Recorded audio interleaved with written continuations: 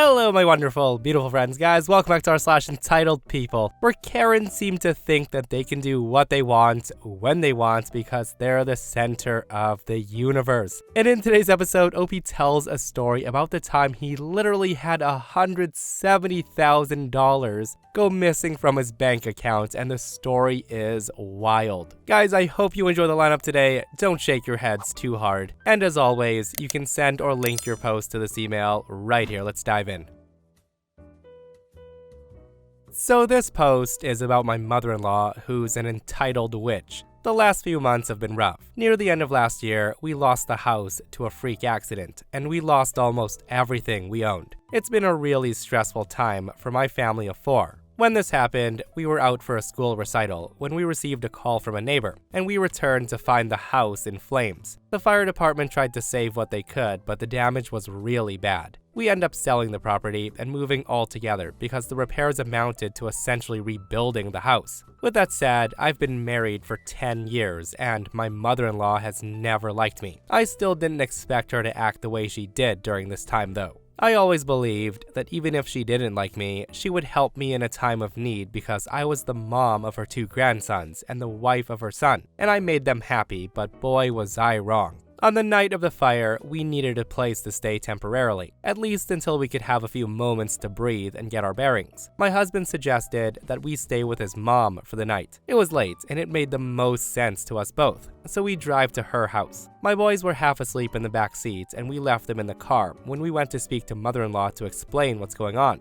Now, she was very sympathetic at first, and she said she had no problem with my husband and son staying, but I would have to make other arrangements. My husband lost it with her, and he began yelling that she was being unreasonable, and she refused to budge. In her words, I wasn't true family, as I didn't meet the checklist she had, and she never blessed our marriage in the first place, so I wasn't her responsibility. We spent the night in the car, and we got a motel the next day. The next day, she began calling and inviting us over to stay again, and she said that she would permit me to stay in the garage in the back for a few days. Again, we didn't take her up on that offer, and my husband told her that she was being very disrespectful. My mother-in-law then got very angry in response, and she said that we were spitting on her generosity and to do it for the kids' sake. She then offered to keep the boys so they wouldn't stay in a crappy motel while we put our lives back in order. Again, we rejected her offer. We then heard nothing from her for a few days until we learned that she had been bad-mouthing me to people.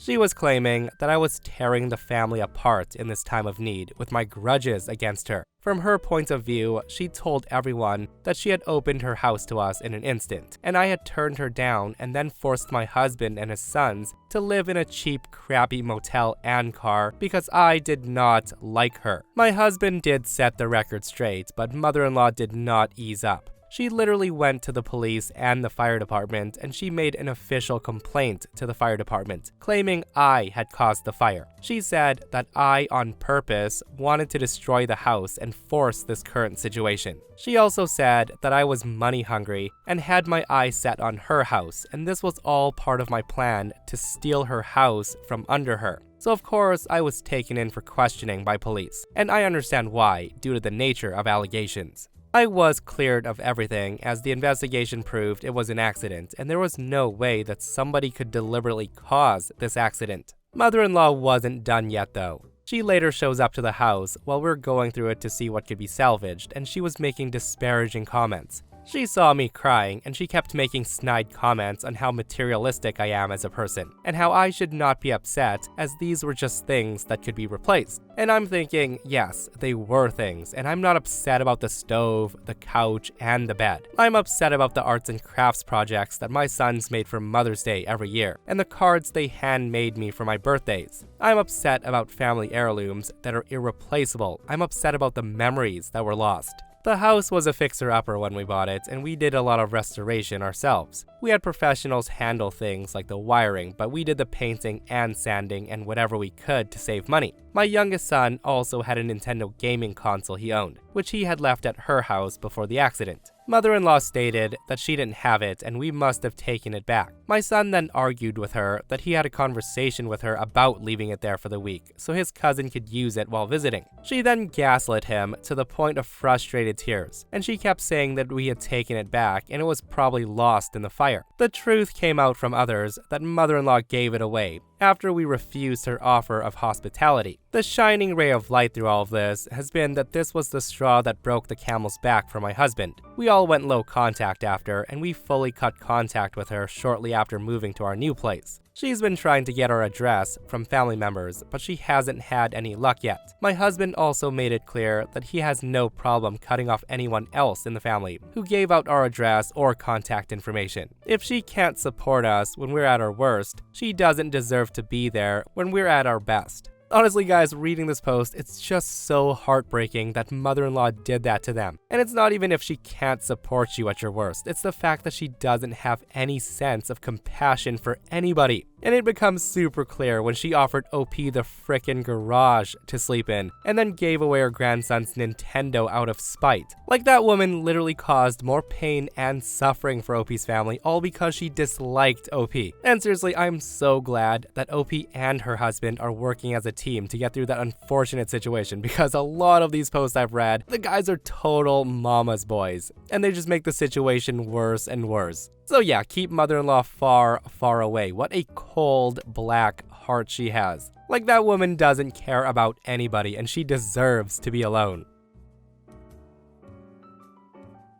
Okay, so I'm stuck between a rock and a hard place and I don't know what to do. And the problem is, I can't discuss this with anyone I'm close with for privacy reasons. So with that said, I've been with my wife Andrea, 48 years old, and my stepdaughter Cassie, 17 years old, for 8 years now. I love them both to death, and my stepdaughter Cassie is a very brilliant young woman. Recognizing her potential, me and Andrea decided to put together a college fund for Cassie so she wouldn't be crushed by debt. Over the years, it's amounted to over $200,000. Cassie's aware of this, and she's banking on it, since she's trying to get into an Ivy League school. So, to make a long story short, last week, I found out that almost $170,000 of the money was missing from the account. I, of course, freaked out, and I asked Andrea if she knew anything about it. She then teared up, and she said she had been spending the money over the years to fund her spending habit. I was furious, but I had a moment of clarity. I've browsed these subs long enough to know that an affair was possible, so I asked her if she was having one. She adamantly denied it, and she offered any proof I needed. Social media accounts, emails, her work phone, everything. She offered to show me the receipts as well. There was nothing that popped out as suspicious, and the math from the receipts added up as well, so I let it go. But we still had the major problem of the money being gone. She described herself as a shopping addict, and the money from Cassie's account was too tempting to not use. She didn't make excuses, but she offered no solutions.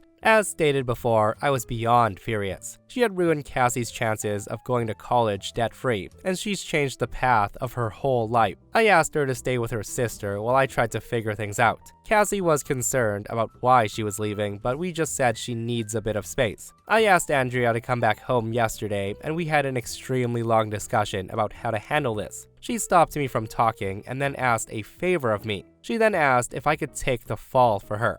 And for some context, her and Cassie don't get along for a variety of reasons. And knowing how independent Cassie is, she'll probably leave right after college, if not during. In fact, me and Cassie get along very well, and she comes to me for a lot of her issues. Andrea fears that this will permanently drive Cassie away, and she doesn't want to lose her. I told her that even before we talk about that, she needs to acknowledge her mistake and own it. She needs to go to therapy, we need couples counseling, and she needs to find a shopaholic support group, and that I would be controlling the finances from now on. She said those terms were steep, but it was fair. I then said she needs to tell Cassie what she did, and to apologize and hope for the best. At that, she refused, and she said she could never lose Cassie. She says, again, I need to take the fall for her. She said that I could survive this mistake, but she couldn't. So I told her that in order to even consider me taking the fall, she needs to agree to my terms. Now, the last thing I want to do is lie to Cassie, but I don't want Andrea and Cassie to split up forever. And the worst part about this whole thing is that Cassie's life is ruined either way.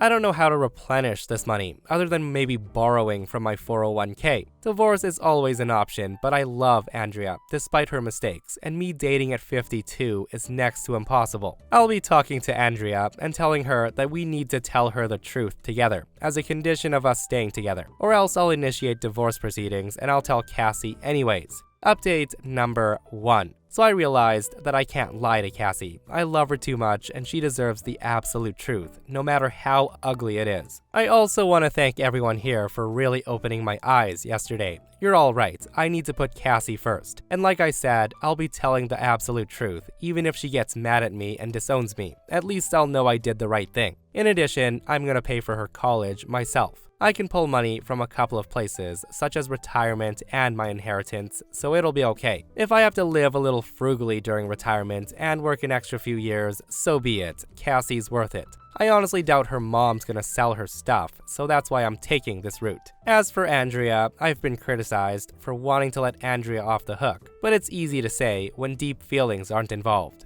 That being said, I don't think I can stay with her. What she did is horrendous and she ruined our daughter's future for her addiction. We've had a long discussion last night and I threatened divorce unless she told Cassie the truth. She begged me not to do this, but I put my foot down and eventually she agreed. But only if I agreed not to divorce her and help repair their relationship. I likely won't be doing either. She's made her bed so she can sleep in it. Update number 2. First, I just want to thank everyone here for helping me at such a pivotal time in my life. After rereading my original post, I can't believe how indecisive and weak I came off in them. The prospect of my marriage ending and dying alone really shook me to my core, and thus made me come off that way. I've started therapy, and it's made me realize that being single wasn't the worst thing that could happen to me. In fact, I've turned my loneliness into solitude, and I've taken the time to work on myself. And if that sentence didn't tip you off, then let me be the first to tell you that I'm single now. Me and Andrea are legally separated and currently in divorce mediation. Unfortunately, Andrea's still very much in denial and she's trying everything she can to get me back, including delaying divorce as much as possible so we can work on our marriage. She claims that she's begun seeing a therapist who's helped her see the problem, and she's on her path to recovery. Now, I don't know if I buy it, but I told her it's a good thing if it's true. She's also apologized to my parents, hers, and her late husband's parents for what she's done, and she's offered to pay back the money. They've all forgiven her, but they're keeping her at arm's length. She's been desperate to reconnect with Cassie, but Cassie's kept her word, and she's decided to never speak to her mother again.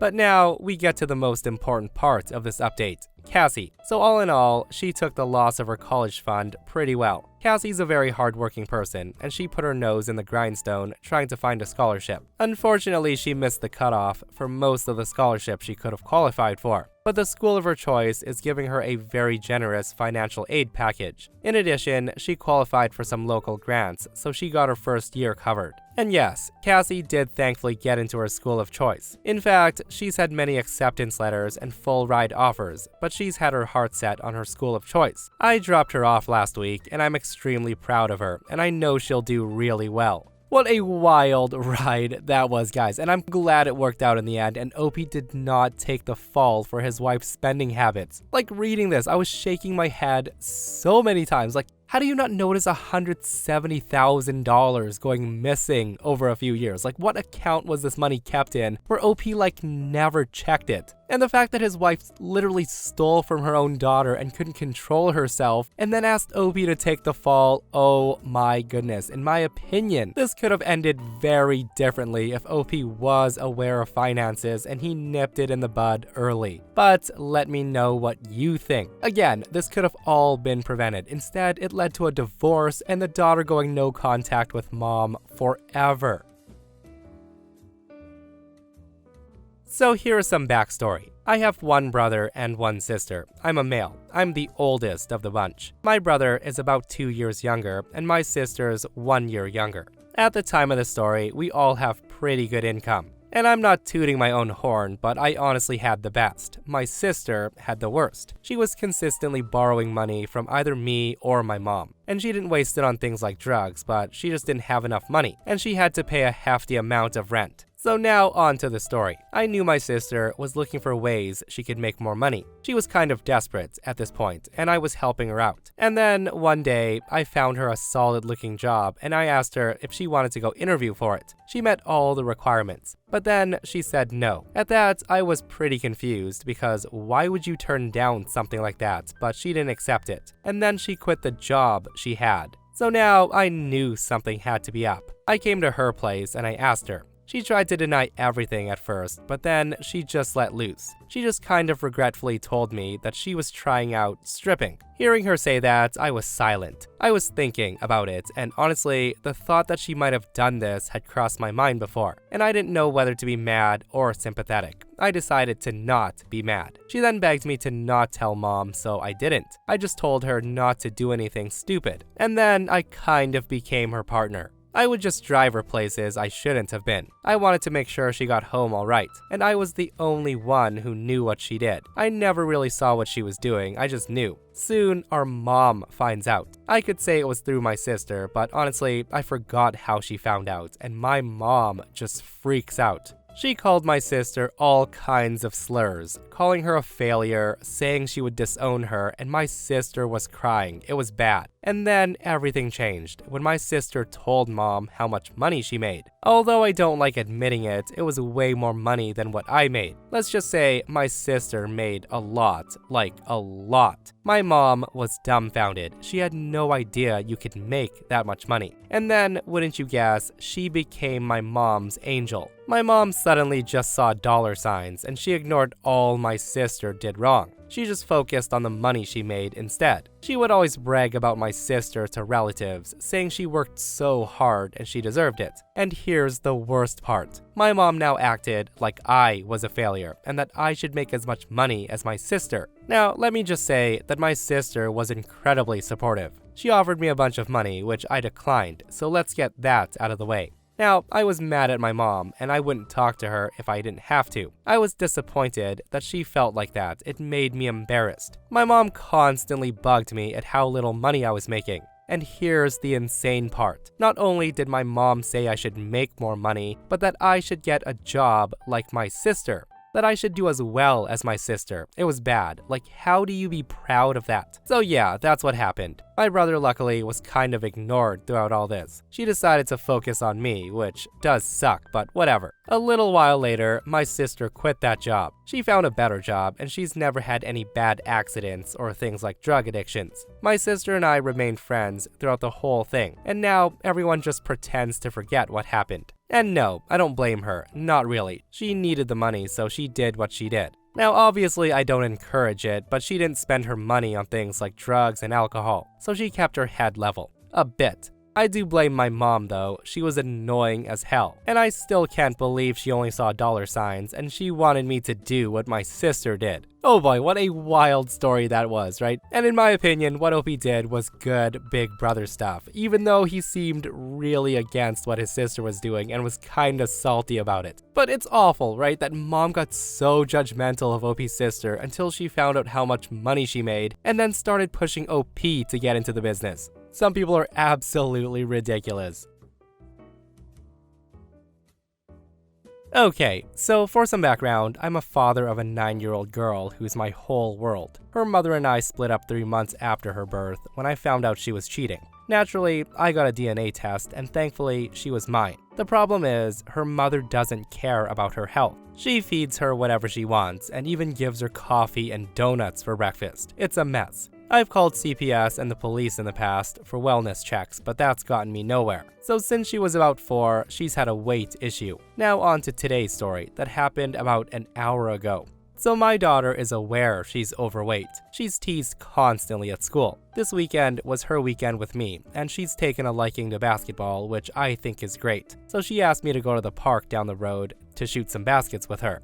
Of course, I say yes, and then we go. When we get there, I park, and I immediately notice 2 kids just sitting at one of those park tables, cussing and throwing a basketball back and forth at each other. I pay them no mind, and we walk up to the court that's not being used. I also noticed two older women, the two Karens of the story. They're sitting on a park bench about 30 feet away smoking and messing around on their phones. We start shooting, and my daughter's having fun when out of nowhere I hear, "Get the hell off the court. We were about to use it, and you are too fat to play anyways." That was said by boy number 1. Boy number 2 chimes in and says, "Yeah, maybe go home and use a treadmill instead." They both start laughing. Now, they said this with me right in front of them, and I'm pissed. I'm a big guy, about 6'1", 190 pounds, and unlike others, I don't like confrontation, but I'm not scared to engage if necessary. So I speak up and say, "Okay, first off, both you kids watch your mouths and do not insult her again. You really think that's okay, insulting someone on something so sensitive, and you think it's a laughing matter?"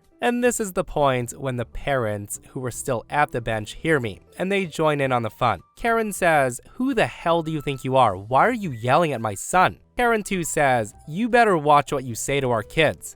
I just reply, "Your two kids are standing here insulting my daughter. They're calling her names. You two really think that's okay to insult a child younger than them? We're here trying to get some exercise in and play basketball and have fun. I don't need to deal with you two and your boys insulting her." The Karen mom looks at me without blinking, like what I said was the most absurd thing she's ever heard. She then says, "So what? What's wrong with what they said? My boys are stating facts. Look at her. She's fat, isn't she? They are being honest."